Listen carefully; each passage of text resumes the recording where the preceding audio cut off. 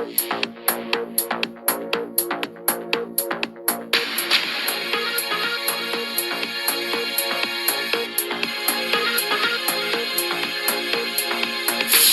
ጤና ይስጥልን ክቡራን የዩቲዩብ ቤተሰቦች፣ የሰዓቱን አጫጭር መረጃዎች እየቀርብ ያለው እስከ ፍጻሜው አብራችሁን ቆዩ።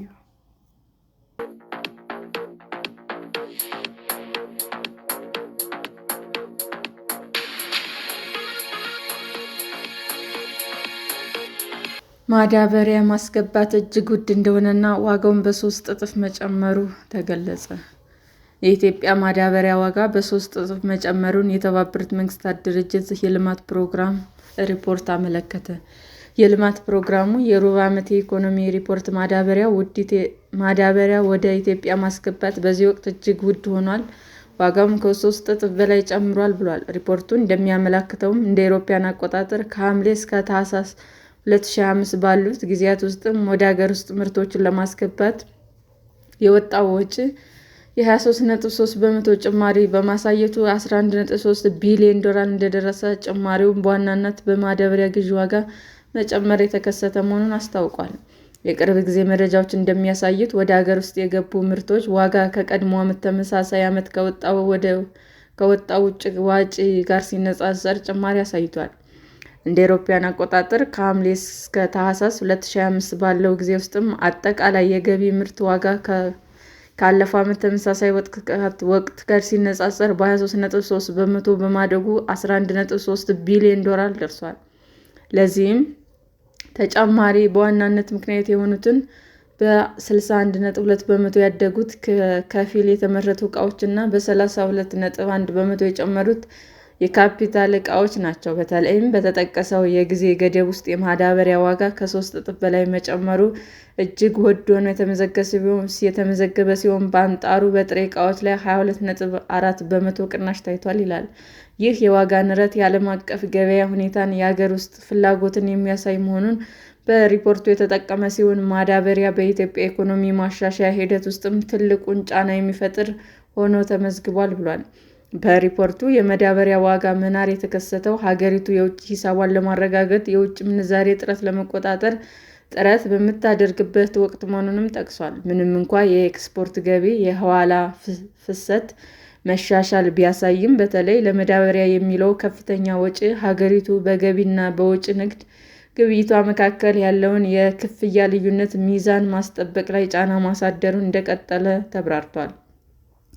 የተባበሩት መንግስታት ድርጅት የልማት ፕሮግራም በሩብ ዓመቱ ሪፖርት ማብራሪያው ምንም እንኳን ኢትዮጵያ የውጭ የፋይናንስ አቋም መሻሻል ማሳየቱን፣ ወቅታዊ የሂሳብ ጉድለት ከአንድ ዓመት በፊት ከነበረበት $1.8 ቢሊዮን ወደ $991 ሚሊዮን መቀነሱ ቢጠቀስም፣ በግብርና ግብዓቶች ዋጋ መጨመር ምክንያት የተገኙ ድሎች በአስተማማኝ ሁኔታ ላይ አለመገኘታቸው አመልካች ነው ብሏል።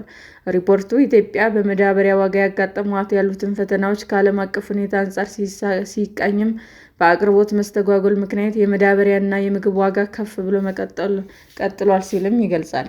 ከዚህ ችግር ከጂኦ ፖለቲካዊ ውጥረቶች፣ ከንግድ ፖሊሲ ለውጦች፣ ከዓለም አቀፍ የሸቀጦች ገበያ መዋዠቅ ጋር ተያይዘው መሆናቸውን በመጥቀስ በአጠቃላይ በሀገሪቱ ግብይት ስርዓት ላይ ቀጣይነት ያለው የዋጋ ጭማሪዎች እንዲኖሩ አስተዋጽኦ አድርጓል ብሏል።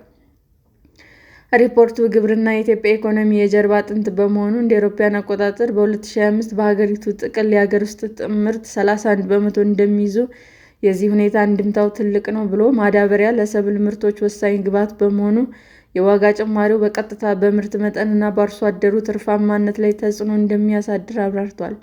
ዘርፉ ጥንካሬውን በማሳየት እንደ አውሮፓውያን አቆጣጠር በ2025 ከ500 ሚሊዮን ኩንታል በላይ ምርት ቢገኝም፣ ሪፖርቱ ይህ ውጤት የተገኘው እንደ ማዳበሪያ ዋጋ መናር ያሉ ዓለም አቀፍ የግብዓት ዋጋ ተግዳሮት ባሉበት ሁኔታ ነው ሲል ሲያሰምርበታል። ይህ የሚያሳየውም የግብርና እድገት እየተመዘገበ ያለው እየጨመረ በመጣ የዋጋ ጫና ውስጥ መሆኑን፣ ይህ ደግሞ በእድገቱ ዘላቂነት ላይ ስጋት እንደሚፈጥር ገልጿል። የማዳበሪያ ዋጋ ከፍተኛ መሆኑ ጫናው ከምርት መጠን አልፎ ወደ ሰፊው የምግብ ዋስትና ጉዳዮች ይሸጋገራል ያለው ሪፖርቱ፣ በኢትዮጵያ በስፋት የምግብ ዋስትና ችግር እንደቀጠለ ነው ሲልም ያስጠነቅቃል።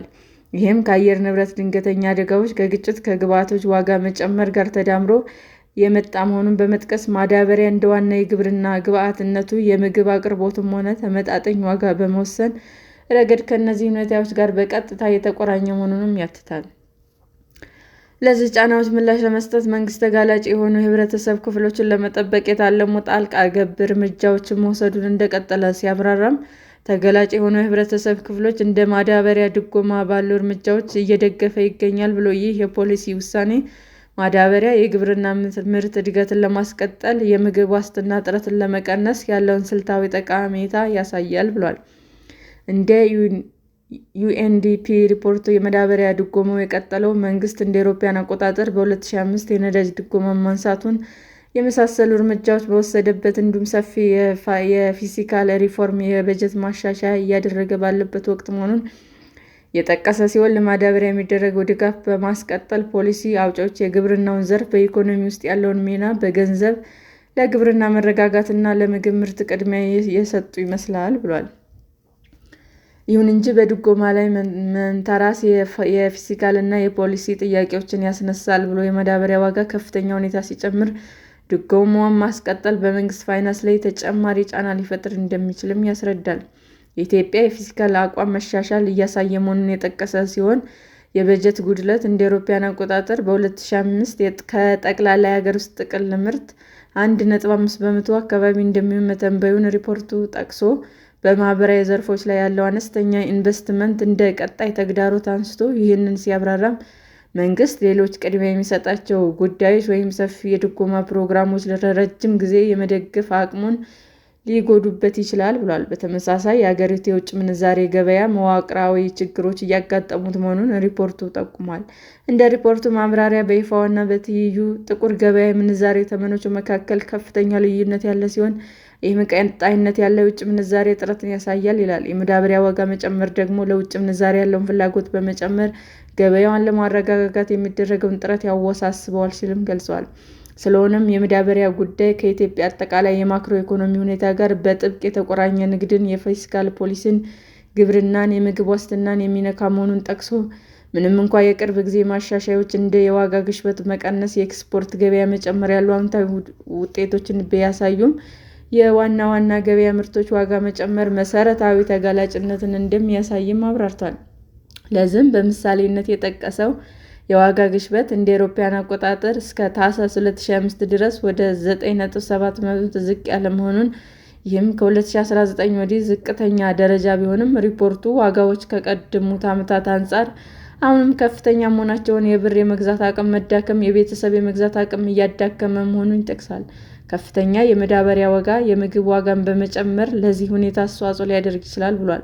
በተመሳሳይ የኢኮኖሚ እድገቱ ጠንካራ ሆኖ እንደቀጠለና እንደ አውሮፓውያን አቆጣጠር በ2005 እና በ2006 ከ7 በመቶ በላይ እንደሚሆኑት መተንበዩንም ጠቁሞ፣ ይሁንና የዚህ እድገት ጥቅሞች በእኩልነት ላይከፋፈሉ እንደሚችሉ ለአብነትም የግብዓት ዋጋ መጨመር የአርሶ አደሮች ገቢ ሊቀንስና የኢኮኖሚ እድገቱን አዎንታዊ ተጽዕኖ በገጠር በሚገኙ ቤተሰቦች ላይ እንዳይደርስ ሊያደርግ እንደሚችል ጠቁሟል። የኢትዮጵያ ኢኮኖሚ ጉዞ እድገትና መረጋጋት በማስጠበቅ ላይ ብቻ ሳይሆን መዋቅራዊ ተጋላጭነትን በመፍታት የተገኙ ድሎች ወደ ተጨባጭ የቤተሰብ ደህንነት ማሻሻል እንዲቀየሩ በማድረግ ላይ የተመሰረተ መሆን እንደሚገባው ሪፖርቱ ያሳስባል። በተጨማሪ በዓለም አቀፍ ደረጃ የማዳበሪያ ዋጋ ከፍ ባለበት፣ የገቢ ምርት ዋጋ እየጨመረ በሄደበት በዚህ ወቅት የፖሊሲ አውጪዎች ፈተና እንደ ድጎማ ያሉ የአጭር ጊዜ ጣልቃ ገብነቶችን በገቢ ምርት ላይ ያለን ጥገኝነት ከሚቀንሱ፣ ምርታማነት ከሚያሻሽሉ፣ ጥንካሬን ከሚገነቡ የረጅም ጊዜ ስልቶች ጋርም ማመጣጠን ይሆናል ብሏል። ሰላም ጤና ይስጥልን ውድ የዩቲዩብ ቤተሰቦቼ እንዴት ናችሁ? አዲስ ጀማሪ ነኝና ሰብስክራይብ ያደረጋችሁ አበረታቱኝ። አመሰግናለሁ። ዩቲዩብ አድማጮቻችን ለሰዓቱ ያቀረብኩላችሁ አጫጭር መረጃዎች ይህንን ይመስል ነበር። በሌላ መረጃ እስክንገናኝ ሼር፣ ላይክ፣ ሰብስክራይብ እንዲሁም ቢቀርብልን የምትሉት መረጃ ካለ ኮሜንት እያደረጋችሁ ቸር ቆዩን።